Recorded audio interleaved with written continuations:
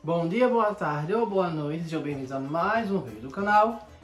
Eu sou o Cleiton Mo e hoje eu vou falar sobre divindades gregas. Eu vou começar falando sobre Atena, então vamos lá. Bem, por que eu comecei a falar sobre Atena? Por causa de Cavaleiro do Zodíaco? Não, porque eu nem acompanhei nem nada. E Fernando falou que se eu tivesse acompanhado eu teria raiva de Atena porque ela faz nada. É simplesmente porque eu gosto de Atena, eu gosto dessa divindade, eu acho uma maravilha. Tá, como eu falei num vídeo dos Olimpianos, eu vou separar e vou falar um pouquinho de cada um deles. Eu já falei um pouco sobre ela e começando um pouco pela sua origem, a gente pode tornar a falar de algumas coisas diferentes. A origem dela é meio incerta. Em alguns contos falam que ela é filha de um cara e esse cara cuidava dela, só que quando ela estava adulta, ele tentou violá-la. Não sei se é adulta exatamente, né? Tipo, estava apta para a coisa. Ela tentou violá-la, só que ela simplesmente reagiu e... Bem feito pra ele! E aí pegou a parte das armaduras dele, as coisas dele, colocou nela e o nome dele também, Palas, por isso que Palas Atena, ela colocou pra ela. Para poder usar também. Depois ela seria adotada como filha de Zeus.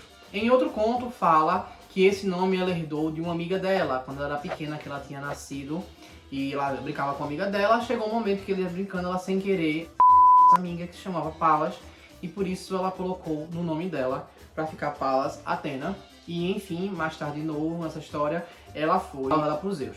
Seja de um conto ou de outro, nessas duas circunstâncias ela foi adotada por Zeus, porque ela sobressaiu com sua inteligência, sua astúcia e sua estratégia, né? Ela foi sobressaindo e Zeus acolheu, né? Em outro conto, fala-se que Zeus teve uma dor de cabeça que gerou Atena. Mas como é que rola isso? Zeus tinha copulado, né? Traído Hera, como de costume, né? Que não é novidade nenhuma. Tinha traído Hera e tinha engravidado uma mulher. Que agora eu esqueci o nome, rapaz. Eu esqueci o nome. Ai, tá. Não bota aqui na edição. É melhor. E aí ele tinha uma profecia que se nascesse um filho, um homem, ele ia destroná-lo como ele fez com o pai dele, né? Com Cronos. Aí acontece, ele atrai essa mulher e engole ela de uma vez. O que é isso? Só que aí esse fato de engolir, ela estava grávida e tal, quando ele engole ela, é como se a Atena fosse gerada e fosse para a cabeça dele. E aí ele acabou gerando uma dor de cabeça imensa, que não conseguia resolver, e aí foi chamado uma divindade para poder abrir a cabeça dele, né? Fazer, toda vez eu esqueço o nome desse processo. Que era quando abria um pedaço do crânio para aliviar as dores do cérebro, sabe? Alguns povos faziam isso. E aí ele manda Hermes ir lá chamar. Em alguns contos falam que é Festo, outros contos já falam que era Ares, enfim, depende de quem seja.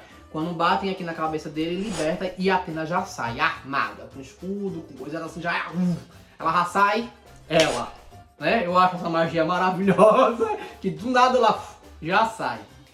A Atena, na maioria das vezes que ela se envolvia numa guerra ou em alguma coisa desse tipo, ela ganhava. Ela tem rixa com Ares, porque Ares é deus da guerra, mas todas as vezes que a Atena escolhe um lado, Ares perde. Mas não foram muitas vezes que ela se envolveu, né, em guerras. Eu já vi relatos que foram 2 vezes que a Atena ganhou dele. E ela fica nesse joguinho de batalhar com ele e debochar dele, porque ela ganha. Na verdade, ele que vem tirar satisfações e ela acaba na briga. Várias divindades, titãs, entre outros, queriam casar com Atena, mas ela preferiu ficar sozinha. Ela preferiu estar na dela, tranquila, bonita. Não queria ter um relacionamento e tava tudo certinho, sabe? Não queria se meter em nada.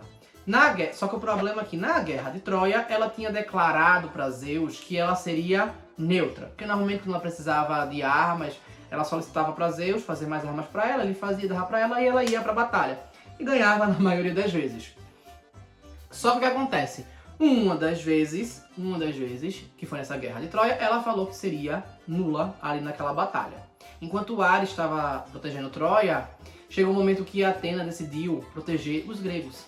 E aí a coisa pegou no ponto. A Atena não foi pedir a arma para Zeus, ela pediu para Hefesto. Só que Hefesto tinha uma quedinha por ela. Também rapaz, a quantidade de chifre que Hefesto leva de Afrodite, coitado, né? Também pudera, né? Enfim.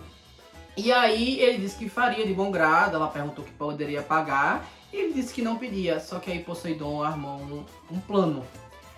Ele falou para Hefesto que Atena, na realidade, ela tinha confessado para ele que queria que Hefesto violasse ela de maneira bruta. Que ela ia pagar de casta, de pura e tal, não sei o que, mas que Hefesto violasse ela de maneira bruta e rápida, que seria meio que um pagamento para as armas. Hefesto, coitado, acreditou em Poseidon. Afinal de contas, Poseidon é tio de Atena, né? Então... Aí, e tio dele também, né?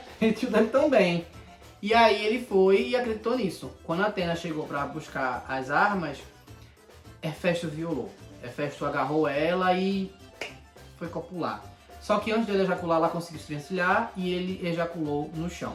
A história fala que da ejaculação dele, a mãe terra estava passando lá. Não se fala porque se ela ia avisar a Atena sobre o perigo, se ela ia tentar impedir a coisa, ou o que é que seja, mas ela é engravida. Fala mãe terra, mas eu já comprei automaticamente Gaia, tá? Porque é Gaia. Não ia ser Deméter nesse caso, tá? Mas enfim. E aí, automaticamente já se dá à luz Erictônio. Olha, tô troncho hoje. Erictônio. Só que aí a mãe terra diz, eu não vou cuidar dessa criança porque não é de minha obrigação, não vou fazer nada a respeito deste pirraia. Aí a Atena fez, tá, eu vou ver o que eu faço aqui. Essa criança, ela teoricamente nasce metade cobra e metade humano. E acaba se envolvendo num problema lá pra frente a respeito disso, porque Atena decide dar pra Aglauro.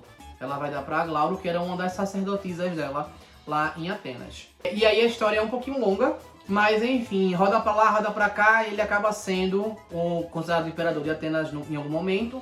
E aí ele traz algumas coisas pra cidade, como a briga de 4 cavalos, como o culto a Atena ser mais forte, essas coisas para trazer ali, o que demonstra um pouco o dedo de Poseidon ali. E que em alguns contos falam que na verdade quem viola Atena é Poseidon, como Poseidon é o deus que criou os cavalos, faria sentido Erictônio colocar uma briga de 4 cavalos como uma das formas de locomoção lá em Atenas, né, fazendo uma referência aí ao pai dele. Mas tem uma briga de Atena contra Poseidon, que foi por ser o padroeiro da cidade de Atenas. Quando os atenienses decidiram escolher um padroeiro, vamos dizer assim, que não tinha o nome de Atenas ainda, Poseidon e Atena brigaram por aquele lugar. Só que eles não batalharam em si, eles foram conquistar o povo. Poseidon primeiro deu uma fonte de água salgada no meio da cidade para mostrar como ele era poderoso, para dar poder. Os atenienses não se compadeceram da situação, enquanto Atena deu a oliveira para eles, para que eles pudessem retirar a madeira para construir coisas, tirassem a azeitona para poder fazer o azeite de oliva, enfim, para poder fazer as coisas, a coroa, enfim. Há várias utilidades para a árvore. Então, eles perceberam que usar a Atena como uma padroeira, eles estavam optando pelo conhecimento, pela astúcia, pela estrutura, pela robustez, pela saúde e por outras coisas. Porque ela deu um presente que serviria para várias coisas e todas elas eram para tentar manter a cidade de pé. Da alimentação à estrutura. Então, por causa disso, eles escolheram Atena e botaram o nome da cidade de Atenas. Existem mais muitas histórias sobre Atena, mas aí o vídeo vai ficar muito longo, então eu vou parar por aqui, tá certo? Eu espero que tenham gostado, então curtam, comentem, compartilhem, se inscrevam no canal. E se não sabem o que escrever, escrevam... Égide. E é isso, valeu!